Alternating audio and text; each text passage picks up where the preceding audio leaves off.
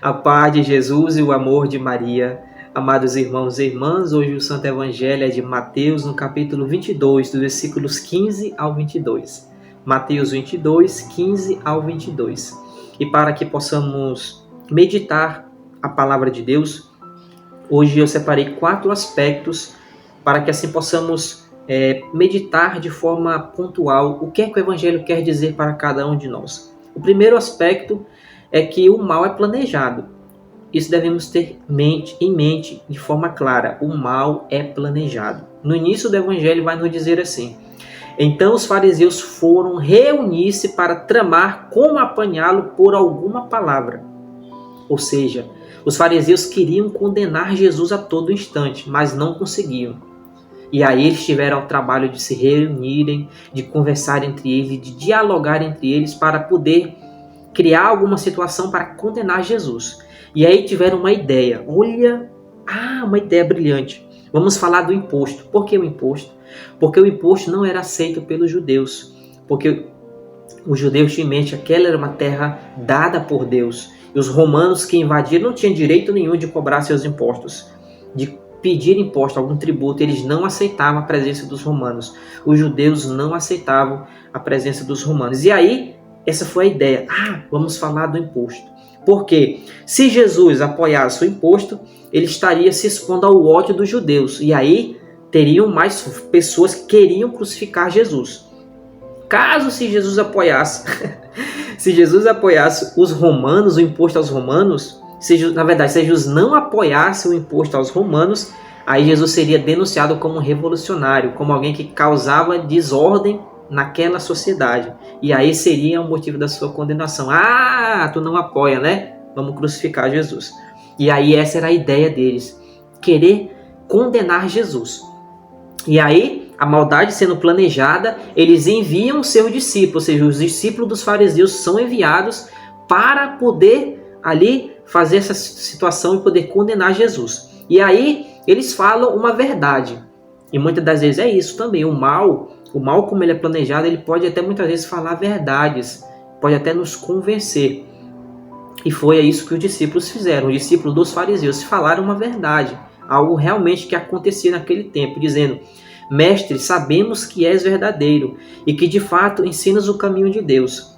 Mas essa verdade que foi falada, eles não acreditavam. Era só ali uma fachada, era só uma coisa para mascarar aquilo, a real intenção que eles queriam. Aí eles continuam: não dás preferência a ninguém, pois não consideras um homem pelas aparências, tendo em vista que Jesus acolhia todas as pessoas que chegaram ao seu redor. Acolhia, abraçava, conversava. Vamos imaginar ali como Jesus se relacionava com as pessoas. Era uma pessoa super do bem, uma pessoa carismática, uma pessoa que acolhia todos, na verdade, né? E aí eles falam essa verdade. E Jesus, olha só, Jesus, e fazem na verdade ele a pergunta: é lícito pagar o imposto a César ou não? E Jesus, percebendo a malícia, ou seja, Jesus ali percebeu a maldade que tinha ali por trás, percebeu qual era o objetivo deles ali. Eles não estão aqui para falar sobre o reino de Deus. Essas pessoas não estão aqui para falar dos caminhos de Deus, dos projetos de Deus para nós. Estão aqui com outro objetivo, com outra finalidade. E Jesus vai dizer: hipócritas, por que me pones à prova? Hipócritas, por quê? Porque vocês fingem uma virtude. Vocês fingem ser uma coisa para que o povo possa ver, para que o povo possa aplaudir vocês, mas na verdade vocês não são nada disso. Vocês são um bando de hipócritas. Vocês são pessoas de duas caras. Criem vergonha na cara. Era isso que Jesus estava falando. Criem vergonha na cara de vocês e convertam-se. E aí Jesus continua: para que me põe a provas? E mostrar minha moeda do imposto. E Jesus: tá bom, traz essa moeda aqui, me mostra essa moeda aqui para me ver. E aí apresentaram lá a moeda do imposto dos romanos. E Jesus pergunta: de quem é esta inscrição que está nesta moeda? De quem é a imagem, a inscrição? E responderam: de César. E aí eles pensaram: eita, é agora que Jesus vai ser condenado. Então Jesus, sabiamente, Jesus pleno do Espírito Santo, Jesus conhecendo aquela realidade, conhecendo o povo, conhecendo a maldade do coração daquele povo, diz: dai, pois, a César o que é de César, e a Deus o que é de Deus. Dai a César o que é de César. Ou seja, essa moeda aqui, essa realidade aqui, se é deles, dai a eles.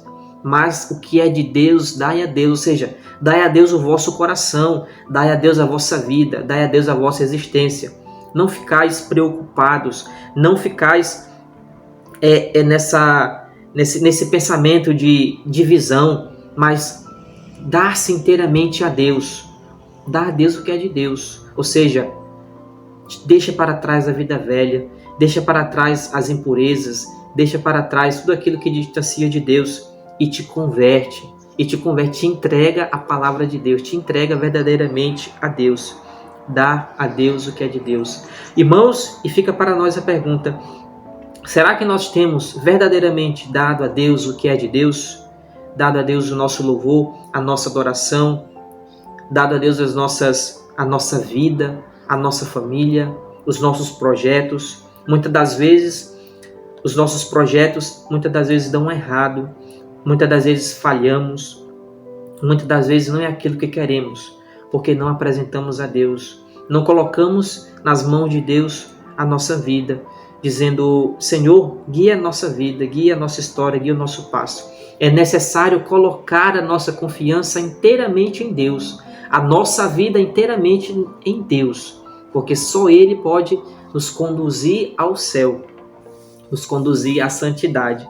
E aí a palavra de Jesus deixou aquelas pessoas surpresas, porque não esperavam.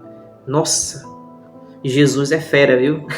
Eles pensavam: nossa, Jesus é fera, se livrou dessa vez. Porque Jesus conhecia a malícia do coração. E muitas das vezes, irmãos, muitas pessoas vão fazer o mesmo com você, vão planejar contra você, vão tramar algum mal para te derrubar, para te destruir. Mas você deve estar pleno do Espírito Santo. Você deve clamar o Espírito Santo a cada dia, para que esse Espírito possa te dar sabedoria, para que esse Espírito possa te iluminar, para que possa conduzir a sua vida da melhor maneira possível e não cair nas armadilhas que o mal tem planejado para ti, que a pessoa que tem maldade no coração tem planejado para ti.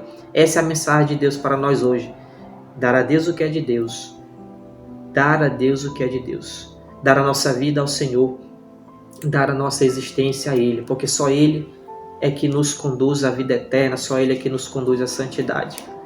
Tá certo? Dai a Deus o que é de Deus. Essa é a mensagem de hoje para cada um de nós. E na segunda leitura de hoje, para concluir, na segunda leitura, na carta de São Paulo aos Tessalonicenses, Paulo faz uma ação de graças e felicitações à sua comunidade.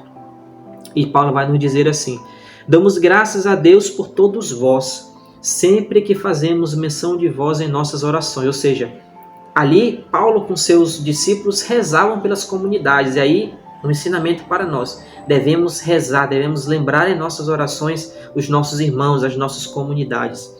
E que recordamos sem cessar aos olhos de Deus, nosso Pai, a atividade de vossa fé, o esforço da vossa caridade, a perseverança da vossa esperança em nosso Senhor Jesus Cristo. Sabemos, irmãos, amados de Deus, que sois um número de eleitos, que o nosso evangelho que vos foi pregado não somente com palavras, mas com grande eficácia no Espírito Santo, com toda a convicção.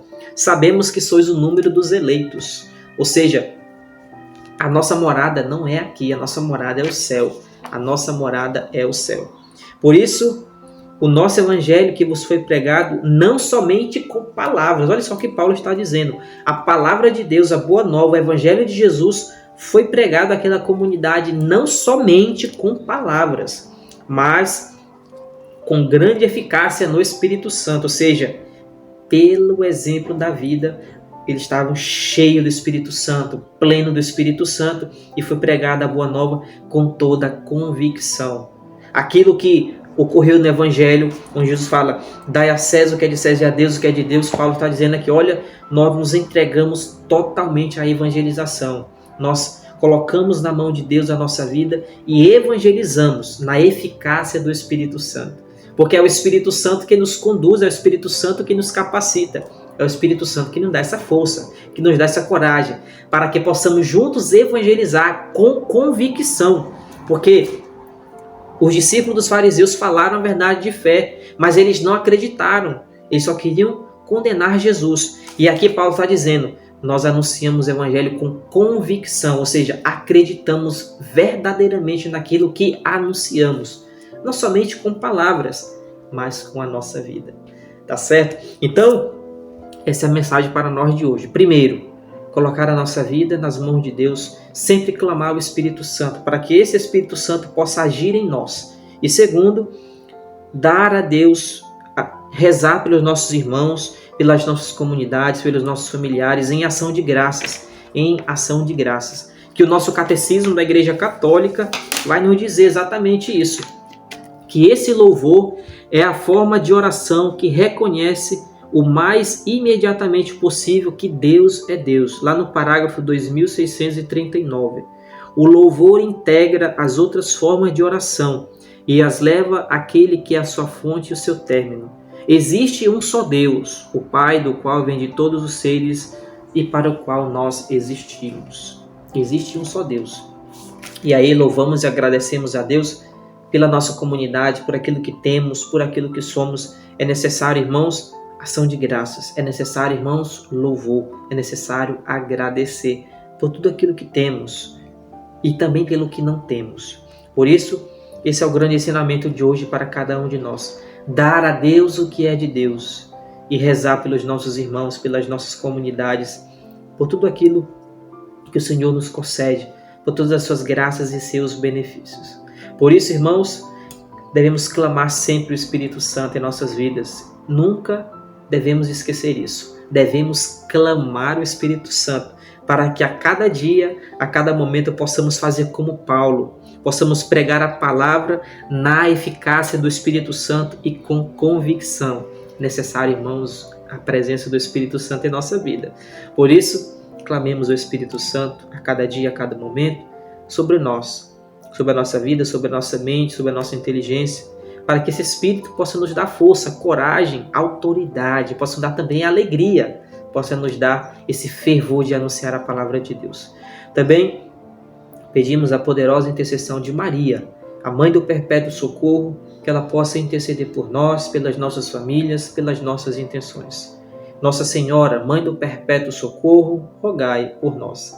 Que o Senhor Jesus nos abençoe hoje e sempre. Deus abençoe! Amado irmão, amada irmã, se você chegou até aqui, não deixe de deixar a sua curtida, não deixe de comentar, não deixe de compartilhar com seus amigos, para que juntos possamos evangelizar mais e mais pessoas, anunciar a palavra de Deus, anunciar o Santo Evangelho.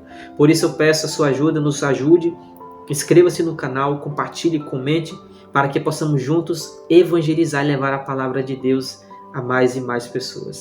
Que Deus lhe abençoe!